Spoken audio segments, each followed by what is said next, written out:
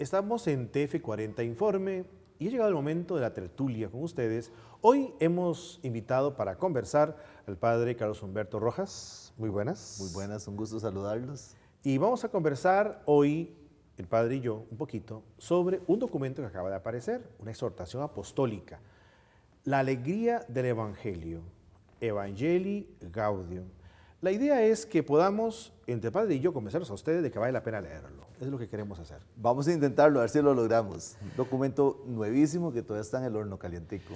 Y comienza diciendo así el Santo Padre, dice, la alegría del Evangelio llena el corazón y la vida entera de los que se encuentran con Jesús. El Papa insiste en una evangelización que esté marcada por la alegría y en un estado permanente de misión. Y eso es un tema que tenemos que recuperar los cristianos, la alegría, la buena noticia, como los primeros creyentes, ¿verdad?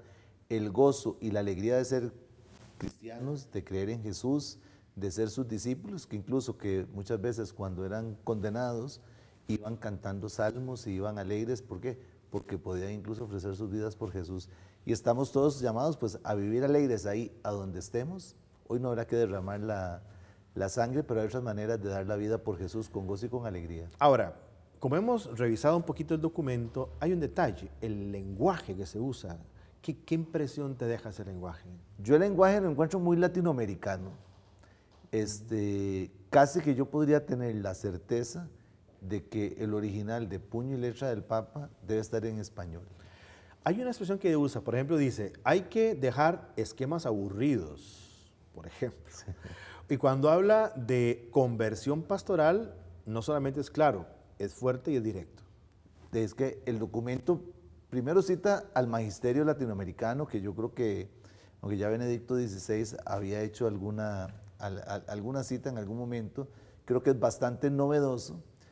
Sabemos que la iglesia en América Latina, su dinámica es un poco distinta a la iglesia europea y centroeuropea, donde tradicionalmente han venido los papas, y creo que eso se trasluce en el documento, ¿verdad? Es decir, una iglesia más dinámica, más fresca, y esa palabra que yo creo que hoy tan de moda para nosotros, que le ha puesto tan de moda Aparecida, conversión pastoral, ¿verdad?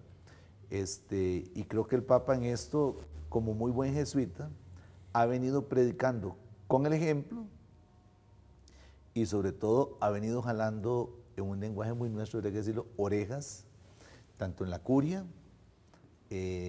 a los obispos en el mundo, a los sacerdotes, donde incluso han habido expresiones bastante duras. Tal vez para citar un ejemplo, como hace unas semanas, hablándole a un grupo de obispos que estaban terminando el curso que suelen hacer los obispos nuevos en Roma, donde les dijo, no sean obispos de aeropuerto, ¿eh?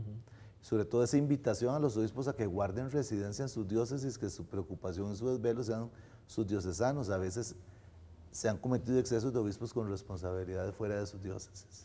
Ahora, hay una expresión que he usado un día en una de las homilías en Santa Marta y dijo de que sus no famosas podíamos, homilías diarias. Y dijo que no debíamos ser cristianos con cara de funeral. Y esa frase la usa en la exhortación. A mí me sorprendió muchísimo. Ahora, después él pasa a decir que no hay que tener miedo a revisar costumbres en la iglesia. Hay más de unas personas que pueden ser así como muy acomodaditas en su situación, pueden sentirse tu temor. Yo creo que sí. Mire, en la iglesia, todo lo que no tenga que ver directamente con el depósito de la fe, el resto es cambiable. Es cambiable, es relativo. Tomemos un tema muy en boga que, sobre todo fuera de la iglesia, de personas que no son creyentes, es por donde suelen darlo muy duro. El tema del celibato. El tema del celibato es un tema de disciplina eclesiástica, de que si algún día tiene que pasar por revisión, pasará por revisión y sin temor alguno. Y si la iglesia decide sobre otra cosa sobre el celibato, en la iglesia no pasa nada. Es decir, hay que estar a la altura de los tiempos, hay que revisar y hay que responder incluso a lo que el mismo Concilio Vaticano II nos insistía muchísimo, leer los signos de los tiempos, ¿verdad? Ahora, aquí, además, digamos, de entrarle a temas tan serios como tal vez ese, podría pensarse que está el Papa en este momento sugiriendo cambios, por ejemplo, en las conferencias episcopales, en las curias diocesanas, en la curia misma romana, etcétera. Bueno, es que, vamos a ver, yo creo que sí hay un clamor en la iglesia de renovación, de cambio, que no surge yo incluso con con el Papa Francisco. Creo que este movimiento empezó muy fuertemente con el Papa Benedicto XVI, e incluso Benedicto XVI, como una de las mentes más brillantes que tiene la Iglesia y el mundo, sentó las bases de todo, incluso lo que ahora estamos viviendo y sobre lo que muy inteligentemente Francisco está trabajando. Yo estoy seguro que Francisco y Benedicto, con alguna frecuencia, con mucha frecuencia, estoy seguro que se toman su mate, su cafecito, y conversan. Ya lo dijo el mismo Francisco, es un abuelito sabio al cual sería una locura renunciar a su consejo.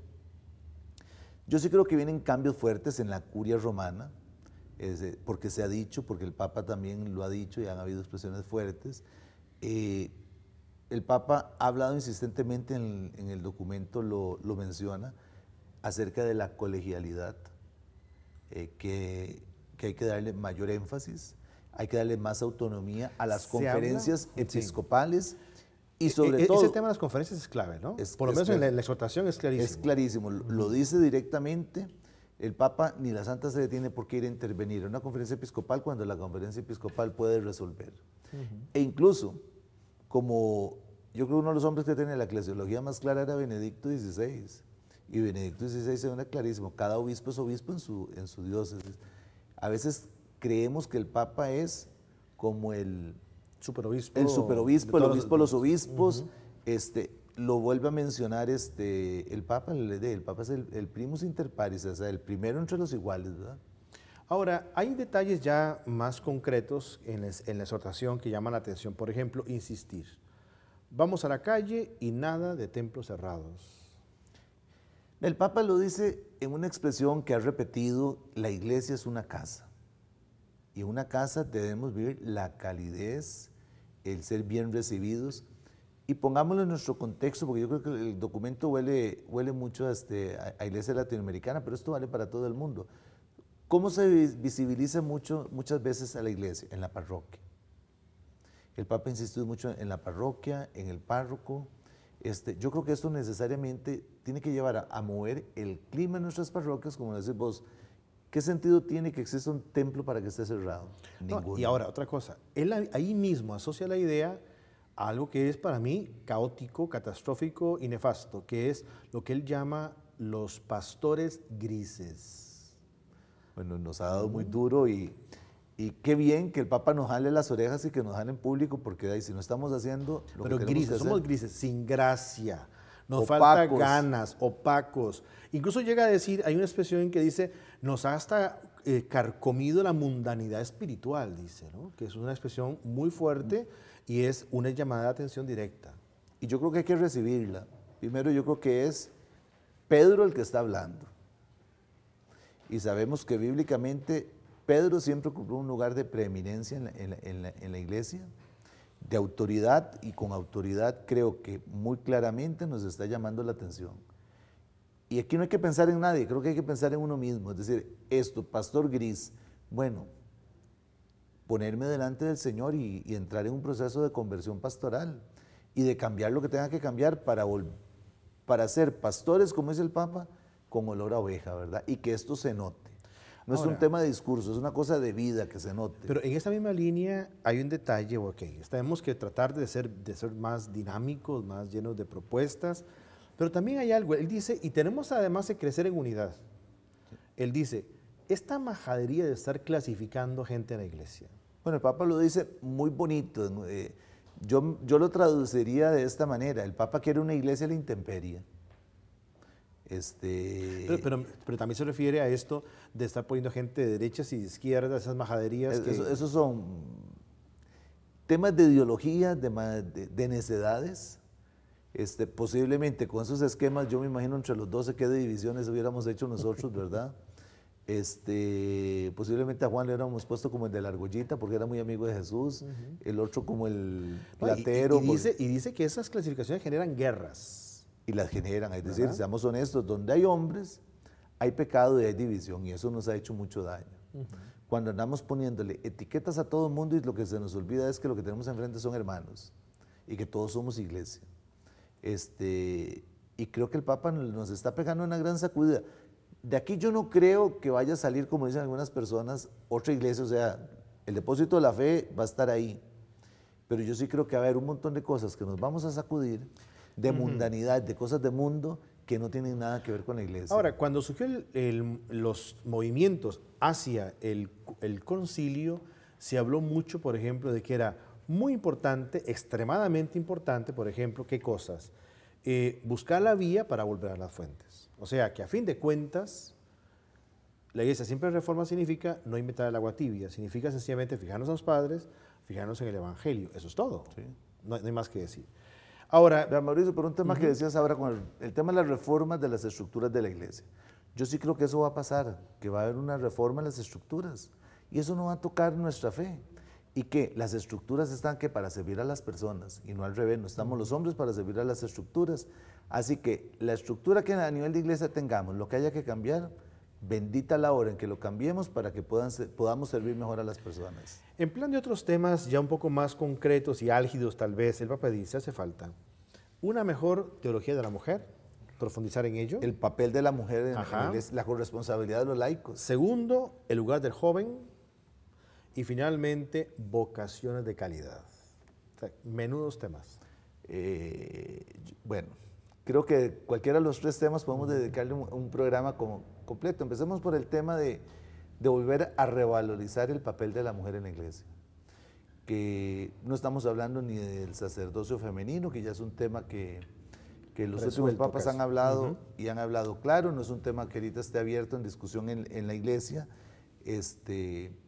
y no es un tema de dignificación de la mujer ni cosa por el estilo, pero sí creo que debemos tomarnos más en serio la participación de la iglesia, incluso en la organización de la iglesia, en la vida pastoral, incluso en la vida de las diócesis. Darle responsabilidades concretas. Sí, digamos, en el caso de la mujer, evidentemente, estamos en pañales un poco. Es retomar incluso ya lo ha dicho, Mulieris Dignitatem, ¿no?, de Juan Pablo II. Sí. Ahora, si hablamos de jóvenes y hablamos de vocaciones de calidad, esto es clave porque en nuestro país tenemos problemas en ese sentido. Mira, es que yo creo que hay que replantearnos la pastoral vocacional y hay que crear toda una cultura vocacional, de lo cual se ha hablado mucho, pero yo creo que se ha hecho nada. Y yo estoy pensando concretamente en la pastoral vocacional a la vida consagrada, a la vida religiosa, a la vida sacerdotal. Yo sí creo que, miren, esto yo soy creyente con Don Bosco. No hay crisis de vocaciones, porque Dios sigue llamando. Lo que tenemos es una crisis espantosa de respuestas. ¿Y qué es lo que pasa? Que como iglesia, como comunidad, como familia de Dios, no estamos creando el clima propicio para que los jóvenes puedan escuchar el llamado y en una tranquilidad puedan responder a ese llamado. Además, no tenemos las estructuras necesarias ni para que estos jóvenes los podamos acompañar en el discernimiento vocacional. Ahora que hablábamos de pastores grises, también el Papa pone mucho énfasis en el tema de la homilía. Y dice, con la homilía nos pasa igual. Rabazzi. Largas, aburridas, grises, decía Rabazzi, ¿verdad? Etcétera. Entonces, cuando decimos Rabazzi estamos hacemos? hablando de un cardenal que nos jaló mucho las orejas hace unos par de años. ¿Qué hacemos con las homilías para que la gente no las sufra, las disfrute? O aprendan algo, por lo menos. Formación sacerdotal permanente, que es algo también que habría que trabajar bastante en el contexto de nuestra iglesia costarricense. Incluso hasta si es de caso prepararnos más hasta en oratoria, porque a veces uno puede tener dificultades en que tal vez sabe mucho, pero tal vez tiene dificultad a la hora de expresarlo, y para esto pues hay técnicas, hay maneras, y yo creo que pues hay que formarnos de ahí con humildad, pues pedir el consejo de laicos que hay muy capacitados, incluso que son profesionales en esto y que saben cómo enseñarlo a uno esto, con humildad dejar que los que saben nos enseñen. Esas homilías, dice el Papa, tienen que ser más positivas, menos moralizantes, etcétera. Pero pasemos a otro asunto. Hay un tema, es preparación. Sí. Si yo quiero hablar, recuerden lo que nos enseñaban a nosotros en el seminario. Si yo quiero tener una homilía de 5 minutos, necesito prepararme 2 o 3 horas. Claro. Si yo quiero una homilía de 1 hora, con 5 minutos de preparación basta. Ahora, hay una cosa interesantísima que aborda aquí el Papa y tiene que ver con algo que, digamos, en el caso tuyo, en la parroquia en la que estás, has tenido mucha experiencia, que es el tema de la piedad popular. El Papa dice la inculturación, piedad popular, esos son temas que hay que cuidar mucho. Algunos dicen que lo de la piedad popular es tradicional, que eso no importa, pero en San José Centro usted ha tenido la experiencia contraria. Mire, en el centro de San José y sobre todo no porque hemos inventado el agua caliente, sino conociendo otras experiencias. En la pastoral urbana, uno de los fuertes es la piedad popular. En San José la hay y la hay muy fuerte. Y estamos hablando de San José Centro, la Soledad. Sí, la Soledad, no hemos tomado nada nuevo, tomamos lo que ya había, que ya venía muy desteñido, y casi que en vías de desaparición, incluso algunas cosas literalmente ya desaparecieron, y uno ve que empiezan a resurgir solitas. Concretamente, el fenómeno, por ejemplo, de la devoción a San Pancracio, que las personas buscan mucho su intercesión ante el Señor en momentos de dificultad cuando no hay trabajo, o cuando han conseguido trabajo para darle gracias a Dios. O la salud. O la salud. Hay gente que hace 20 años pidió la intercesión y todos los años fielmente lo visitan. O a la Virgen de la Soledad, con la cofradía, que tiene más de 100 años. De las señoras que han perdido un hijo y que van ahí por una promesa de ahí. ¿Quién mejor que María entiende lo que están viviendo esas mujeres y también María lo vivió? Claro. Y es vida real, además lo que el Papa pide, que sea la vida real la que miramos para poder iluminarla. Entonces, lo que hemos hecho, pues no es inventar, como dije, el agua caliente, sino es retomar lo que ya estaba, de que son valores y potenciarlo, y solito ha ido creciendo. Es decir, el templo para estas celebraciones suele hacerse pequeño, ¿verdad? Acabamos de celebrar la Medalla Milagrosa, tuvimos 6 misas el propio día y 6 misas a templo lleno, que en el centro de San José y en la Soledad, eso es una cosa que llama la atención, y a uno lo interpela como sacerdote, que el camino es por ahí, no es lo que yo crea, sino lo que la gente me diga. Iba a ver la experiencia de Francia. Francia, de hecho, alguien dijo ahí que los teólogos de tanto teorizar, que los liturgistas de tanto experimento litúrgico y tanta cosa, barrieron mucho con la fe en Francia. En los últimos años han renovado mucho el episcopado del sur de Francia. ¿Y qué es lo que encuentra uno ahora en el sur de Francia? Una iglesia que está resurgiendo, una iglesia viva, una iglesia que se llena de jóvenes, una iglesia que ha retomado la piedad popular. El francés es muy piadoso a pesar de todo. E incluso hasta con un dato que para mí es escandaloso. Una diócesis con 100,000 habitantes, perdón, sí, con 100,000 habitantes y con más de 100 seminaristas. Esto quiere decir que cada 1,000 personas hay un seminarista.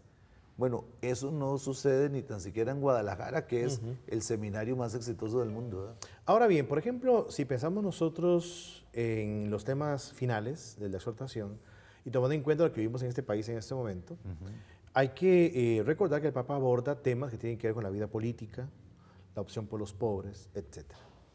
Ese tema para mí es fundamental que lo retomemos una y otra vez porque estamos en una época muy propicia para ello. Sí. Y yo creo que todos los que lean el documento y se sientan en esos aspectos tienen que reconocer allí una invitación, también un llamado de atención a todos a participar en política, ser más profetas y estar muy atentos a algo que para mí es muy innovador. Trata a los pobres como categoría teológica. Creo que son aspectos que en ese momento hay que retomar. Mire, el católico no puede quedarse encerrado ahí ni en su comunidad, ni quedarse encerrado ahí en la iglesia, ni quedarse encerrado en la parroquia. Ahí donde esté, sea que esté en la empresa, sea que esté en el taller, sea que esté en la oficina, sea que esté en la calle, ahí tenemos que manifestarnos como creyentes, como cristianos. Como hace más de 30 años un obispo brasileño incluso decía, refiriéndose a un grupo de políticos, y les decía, mire, yo no quiero diputados católicos, yo lo que quiero son católicos que sean diputados. Y ahí hay una sutil diferencia, pero muy, muy fuerte. Entonces, yo sí creo que se exige en eso, en todas las instancias, que el católico convencido de su fe se manifieste y nos expresemos y manifestemos nuestros valores porque tenemos muchísimo que aportar a nuestra sociedad. Y Mauricio, un tema que yo no quisiera que se nos quedara de lado porque creo que es importantísimo y el Papa lo toma, es en cuanto a la vivencia de los sacramentos, ¿verdad? Que el Papa ha insistido mucho que los sacramentos, si hablemos del bautismo, hablemos de la penitencia, hablemos de la unción de los enfermos, hablemos del matrimonio, de la Eucaristía, no es para perfectos. Que a veces hemos tenido esa tentación, pensar que los sacramentos son solo para personas perfectas, sino que, recordemos, ¿quiénes necesitan de médico? Los enfermos. O como muy bien decía un santo, la Eucaristía es un pan para débiles, para frágiles, para pecadores, que a veces quizás inconscientemente hemos elevado algunas categorías religiosas a a un nivel de un purismo moral, religioso, haciendo casi que inaccesibles los sacramentos. Para ir acabando, una de las finalidades de esta conversación es animar a la gente a leer la exhortación. ¿Cómo podemos cerrar esto invitando a la gente para decir anímese? Mire, yo lo primero que diría es, muchos tienen acceso al internet. Es decir, vayan ahí, bajémosla, leámosla. Quienes no tienen acceso al internet, yo estoy seguro que tendrán a alguien conocido, pida que se las baje y se las imprima. Bueno, son bastantes hojas. 140 normalmente. Normalmente, hice una regla más y eso ya vi que 50. La puedo dejar como a 50, porque ya lo hice, para ahorrar un poco de papel. Y si no, esperar a que lleguen las librerías, que yo espero que sea prontísimo y espero que en Costa Rica pues no nos suceda como con Lumen Fide, que no duró ni medio día en las librerías, porque trajeron bastante, pero no trajeron las suficientes. Pues la compramos, la leamos, la devoramos. Discutir en grupos, como sea, una alternativa. Totalmente, es decir, yo creo que si las personas que nos están escuchando pertenecen a algún grupo de la iglesia, yo diría que es básico que en enero, a más tardar, cuando el grupo empiece a reunirse ya todos con la encíclica leída y todos discutiéndola, trabajándola en grupos, si no pertenecen a un grupo de la iglesia, acercarse al párroco y decirle, padre, queremos que nos dé un curso sobre el documento del Papa, queremos que nos dé un resumen, lo que sea, pero que todos la leamos. Es decir, yo creo que no se vale que con un documento de esta categoría, de este peso, que puede ayudar mucho a la renovación de nuestra iglesia y de cada uno de nosotros, se quede en el papel como muchos documentos de iglesia. Están invitados entonces ustedes a leerse cuanto antes Evangelii Gaudium. En internet puede ser en vatican.va, pueden ser en news.va también, o también pueden en asiprensa.com y en muchas páginas más. Usted va a un buscador, pone allí catholic.net también, para que usted entonces tenga allí el documento y lo pueda leer. Le invitamos a hacerlo, a meditarlo en grupo, trabajarlo mucho, anímese.